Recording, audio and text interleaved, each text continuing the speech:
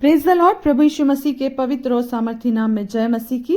Hallelujah. परमेश्वर का हम धन्यवाद करते हैं मेरे प्रियो कि प्रभु ने हमें आज का दिन दिखाया, जिंदों की जमीन पर जिंदा रखा, उसके अनुग्रह के लिए, उसके प्रेम के लिए, उसकी कृपा के लिए, जो प्रति भोर को उसके डरवैयों पर निरंतर प्रबल होती जाती है। हम धन्यवाद करते हैं। धन्यवाद के साथ मेरे प्रियो हम परमेश्वर के सम्मुख आते हैं, खुदावन प्रभु के, क्योंकि वो हमको अद्भुत रीति से संभालता है, आशीष देता है और उसका अनुग्रह हम पर निरंतर बना रहता है। धन्यवाद के साथ हम एक और दिन में परमेश्वर की महिमा के द्वारा प्रवेश करने पाए, अपने परिवार में रहते हुए, अपने घर में, अपने अजीजों के बीच में प्रभु ने हमको सुरक्षित रखा। हम धन्यवाद के साथ वचन की ओर जाएंगे, क्योंकि अभी हम गलातियों 5 और उसका 22 और 23 पद को मनन कर रहे हैं, जिसमें आत्मा के 9 फलों के बारे में बताया गया है। और हमने कल तक 8 फलों को देख लिया था, जो नम्रता है। आगे हम देखेंगे संयम, क्योंकि परमेश्वर का वचन कहता है गलातियों 5, 22 और 23, पर आत्मा का फल प्रेम, आनंद, शांति, धीरज, कृपा, भलाई, विश्वास, नम्रता और संयम है। ऐसे ऐसे कामों के विरोध में कोई भी व्यवस्था नहीं। आमीन। परमेश्वर का हम धन्यवाद करते हैं मेरे प्रियो की जो अंतिम फल है, हालेलुया, जो 9वां फल है वो संयम है। 8 फलों तक हमने नम्रता को देखा, मगर शुरुआत कहाँ से हुई है? प्रेम से। हालेलुया। यदि हमारे अंदर प्रेम है तो ये फल हमारे अंदर अपने आप चले आएंगे। आखिरी का जो फल कहा गया है वो संयम को कहा गया। आखिरी में संयम क्यों आता है, ये अभी आज भी मैं विचार कर रही थी, और कई बार इस बात पर हम सोच चुकी हूँ या विचार करती हूँ कि आखिरी में संयम क्यों आता है। संयम मतलब क्या है? संयम को अगर हम देखें तो संयम जो है वो अपनी इच्छाओं को और अपनी हर एक बातों को क्या करता है? वश में रखना है ना। वो चाहे कैसी भी हो, हमारी ईमानदारी को वो हमारे वश में रखता है, हमारी गलतियों को भी, हमारे हर एक चीज को, मतलब हम क्या कर सकते हैं उन बातों को भी वो हमारे वश में रखता है। वो संयम का आत्मा हमारे अंदर होना बहुत जरूरी है ना। कभी कभी लोग क्या करते हैं कि कोई भी बात को बड़ी ही जल्दबाजी में करके बोल देते हैं। उन्हें ये फर्क नहीं पड़ता है कि हमने जो बोला उससे सामने वाले को तकलीफ हुई या नहीं हुई, या कभी कभी सामने वाला भी कुछ बातों को बिना सुने या अपने मन की बातों को सोच करके उन बातों को बोल देता है, पर उसे ये नहीं पता कि उस व्यक्ति ने वो कहा या नहीं कहा, या उसको इस बात के लिए संयम रखना बहुत जरूरी है। क्योंकि जब हम परमेश्वर के वचन में आते तो संयम जो है वो अगर देखा जाए तो हम सबों को इस गुण की बहुत आवश्यकता है ना। परमेश्वर का वचन जिस तरह से हमको सिखा रहा है संयम के बारे में, तो संयम जो है बार बार हमको इन गुणों को अपनाने की जरूरत पड़ती है।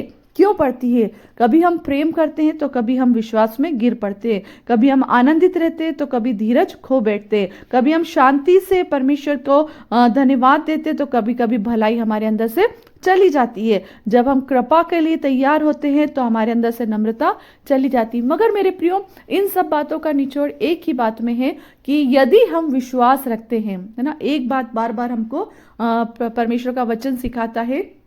यीशु मसीह ने कहा है कि यदि तू विश्वास करेगी, हालेलुया, है ना। यीशु ने उससे क्या कहा कि यदि तू विश्वास करेगी तो परमेश्वर की महिमा को देखेगी, है ना। यूहन्ना रचित सुसमाचार 11 अध्याय उसका 40वां पद। यदि तू विश्वास करेगी। सबसे प्रिय बात मेरे प्रियो यह है कि यदि हम परमेश्वर पर विश्वास करते हैं, प्रेम करते हैं, तो ये सारे गुण, ये सारे स्वभाव हमारे अंदर अपने आप ही चले आएंगे। और जो संयम का आत्मा है, हमें संयमी होना बहुत जरूरी है ना। क्यों संयमी होना हमको जरूरी है? क्योंकि हमारे संयमी होने के कारण, आमीन, हमारे संयमी होने के कारण कई बार हमको अच्छी आशीषों को देखने के लिए परमेश्वर तैयार करता है ना। कुछ लोगों को ऐसा लगता है कि अगर आज बीज बोया तो वो कल बढ़ जाए और परसों हम फसल काट ले। ऐसा नहीं होता मेरे प्रियो। मगर जब हमने बीज बोया है तो उसका हम धन्यवाद करके संयम के साथ बाट जो है ना। और संयम के साथ क्यों बाट जोना है? कि हमको अपने मन को, अपने उस विश्वास को क्या करना? धीरज के साथ उसको वश में रखना है। क्योंकि हमें पता है कि आज बीज बोया है तो आने वाले 4 दिन बाद वो फूट करके बाहर आएगा, फिर कुछ समय के बाद उसमें और पत्तियां आएगी, फिर ऐसे करते करते एक समय आएगा जब फसल पक जाएगी। हमें अपने आप को संयमी बनाना है हर परिस्थितियों में, चाहे वो हमारे खेत के विषय में हो, चाहे हमारी नौकरी के विषय में हो, चाहे हमारे घर के विषय में हो, चाहे हमारी कलीसिया के विषय में हो, चाहे हमारे बच्चों के विषय में हो। हमें क्या करना है? संयमी रहना है। हमें हर तरह से परमेश्वर की अधीनता में जाकर अपना जो स्वभाव है ना, संयमी है ना। एक जगह परमेश्वर का वचन कहता है 1 तीमुथियुस में भी कि स्त्रियों को विशेष करके ना उसमें लिखा है कि संयमी हो, पवित्रता से शोभायमान हो। संयमी क्यों?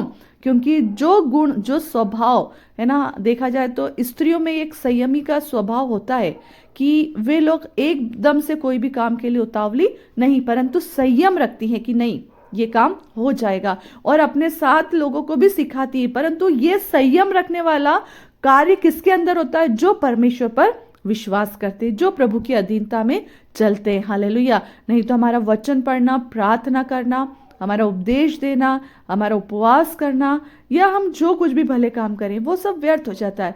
यदि एक बार हमारे अंदर से वो बात निकल गई या हमारे जीवन से वो संयम की आत्मा चली गई, तो फिर हम हड़बड़ी करने लगते हैं ना। और मैं आपको पहले भी बताई थी कि हड़बड़ी हमेशा गलत चीज़ों को उपजाती है, जल्दबाजी हमेशा गलत चीज़ों को उपजाती है। इसलिए हर काम को संयम के साथ करें, विश्वास रखते हुए, धीरज के साथ, है ना, आराम से, कि नहीं, ये काम मैं जब कर रहा हूँ या कर रही हूँ तो मेरा विश्वास है कि ये काम सफल होगा। हालेलुया। ये संयम आपके और मेरे जीवन में बहुत प्रभावशाली काम करता है। अगर ये संयम आपके और मेरे जीवन में नहीं है तो संयम किसने रखा? अगर हम देखें तो परमेश्वर ने जगत की उत्पत्ति जब आदम को बनाया और पाप इस दुनिया में आया, तो उस पाप के बाद यीशु मसीह के आने तक, हालेलुया, परमेश्वर ने संयम रखा, धीरज रखा कि नहीं, मेरा बेटा आएगा और इस पाप को, हालेलुया हालेलुया, इस पाप को अपने लहू से धो देगा। संयम रखा, यीशु मसीह ने संयम रखा कि मेरे पिता ने मुझे ये आज्ञा दी है कि मेरे लहू से इस पृथ्वी को छुटकारा मिलेगा, मेरे लहू से हर एक मानव जाति उद्धार पाएगी, मेरे मरने के द्वारा, हालेलुया, मेरे मरने के द्वारा मैं दुष्ट के कामों को कुचल डालूंगा। संयम के साथ वो अपना काम करता रहा। वो आज्ञा जो पिता ने उसको दी थी, उस आज्ञा के अनुसार उसने अपने जीवन को व्यतीत करा। हालेलुया। और ये बात को आपको और मुझको और हम जितने भी वचन को मानने, सुनने और सीखने वाले, सबको बता दिया कि जीवित परमेश्वर, हालेलुया, मरा जरूर परंतु फिर जीवित हो गया, और जीवित होकर के आज वो आपके और मेरे साथ है। जब हम उसको पुकारते मेरे प्रियो, वो आपके और मेरे निकट आता।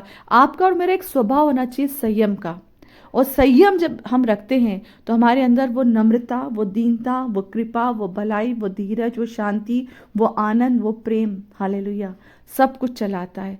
और संयम इसलिए रखा गया कि आराम, दीनता से ना, नम्र होकर, शांति से, सारे जब स्वभाव हमारे अंदर आ जाए तो एक संयम का आत्मा भी हमारे अंदर आ जाए। कोई बात नहीं, अगर ये काम आज नहीं हुआ कल हो जाएगा, कोई जल्दबाजी नहीं। संयम रखिए, धैर्य रखिए। आज ये काम नहीं हुआ, कल हो जाएगा, कल नहीं हुआ परसों हो जाएगा। हम प्रार्थना कर रहे, प्रार्थना कभी भी खाली नहीं जाती है। हमारा प्रार्थना करना, हमारा घुटने टेकना, हमारा वचन पढ़ना, मेरे प्रियो, कहीं खाली नहीं जाएगा। मगर विश्वास के साथ धैर्य रखिए, संयम रखिए। परमेश्वर ने आपके लिए सब कुछ भला और अच्छा करके रखा है। सो परमेश्वर आज की सुबह इन वचनों के द्वारा आपको और मुझको बहुत आय से आशीष दे। मेरे प्रियो, जितनों ने अभी तक गलातियों 5:22 की पूरी 9 फलों को सुना है, मैं धन्यवाद करती हूँ कि परमेश्वर आप सब वचन के सुनने वालों को बहुत आय से आशीषित करे, ताकि हम इन वचनों के द्वारा अपने जीवन में उस परमेश्वर के पवित्र और अनुग्रह को पाते जाएं और आगे बढ़ते जाएं। सभी के लिए परमेश्वर का धन्यवाद करती हूँ। आइए हम प्रार्थना करें। धन्यवाद परमेश्वर पिता, हम सब में ये आत्मा के 9 फल उपस्थित होने के लिए प्रभु आप हमारी सहायता करें। हमारे अंदर प्रेम का आत्मा दीजिए, ताकि पीछे 8 फल अपने आप हमारे पास चले आए प्रभु, और हम आपके वचन के द्वारा आगे बढ़ते जाएं। प्रार्थना सुनने के लिए धन्यवाद करती हूँ मेरे पिता। आप हम पर अपना अनुग्रह सदैव बनाए रखें। जितनों ने वचन सुना है, सबके जीवन में आज की सुबह आपका ब्लेसिंग, आपका वचन और आपके आत्मा के 9 फल काम करें। सारी महिमा अपने जीवित यीशु मसीह को देती हूँ। मांगती इस प्रार्थना को उद्धार करता प्रभु यीशु मसीह के नाम से। आमीन, आमीन, आमीन।